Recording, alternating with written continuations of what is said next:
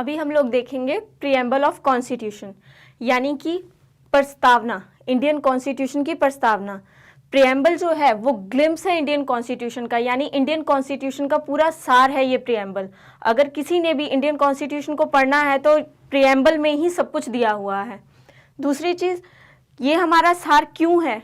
सबसे पहले यूएसए के कॉन्स्टिट्यूशन में प्रीएम्बल को अपनाया गया था। जब यूएसए ने अपना कॉन्स्टिट्यूशन बनाया तो उसने प्रीएम्बल को इंक्लूड किया। उसके बाद जैसे जैसे बाकी देशों ने अपने कॉन्स्टिट्यूशन बनाने शुरू किए तो उन लोगों ने क्या किया, प्रीएम्बल को एक इम्पॉर्टेंट पार्ट मानकर अपने कॉन्स्टिट्यूशंस में इसको इंक्लूड करना स्टार्ट कर दिया। 22 जनवरी 1947 को constituent assembly, Indian constituent assembly ने प्रीएम्बल को अडॉप्ट किया, जो कि मॉडिफाइड वर्जन यानी कि बदला हुआ ही रूप था ऑब्जेक्टिव रेजोल्यूशन का, जिसको किसने प्रेजेंट किया था?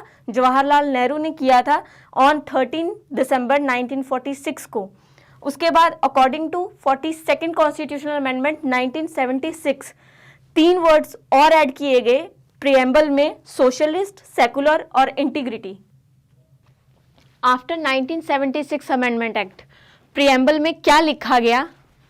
We the people of India, हम भारत के लोग, भारत की संप्रभुता, समाजवादी, धर्मनिरपेक्षता यानी कि पंथ निरपेक्ष और लोकतंत्रात्मक गणराज्य बनाने के लिए और इसके लोगों को सोशली यानी कि सामाजिक, आर्थिक और राजनीतिक न्याय दिलवाने के लिए, और इसके बाद लिबर्टी यानी कि आज़ादी, उनको थॉट यानी सोचने की आज़ादी, उनके एक्सप्रेशन देने की आज़ादी यानी कि उनकी अभिव्यक्ति की आज़ादी, बिलीफ यानी कि उनके समझने की आज़ादी, धर्म और उपासना करने की आज़ादी, उसके बाद स्टेटस और अपॉर्चुनिटी यानी कि प्रतिष्ठा और उनको चांस देने की इक्वालिटी यानी कि समानता, fraternity assuring the dignity of individual and unity of integrity of nation.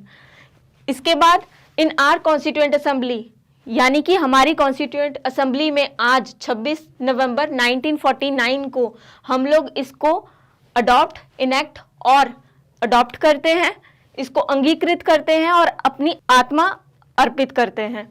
किसके लिए? अपने इस कॉन्स्टिट्यूशन के लिए। आफ्टर 1976 अमेंडमेंट एक्ट, हमारा प्रीएम्बल क्या कहता है? We the people of India having solemnly resolved to constitute India into a sovereign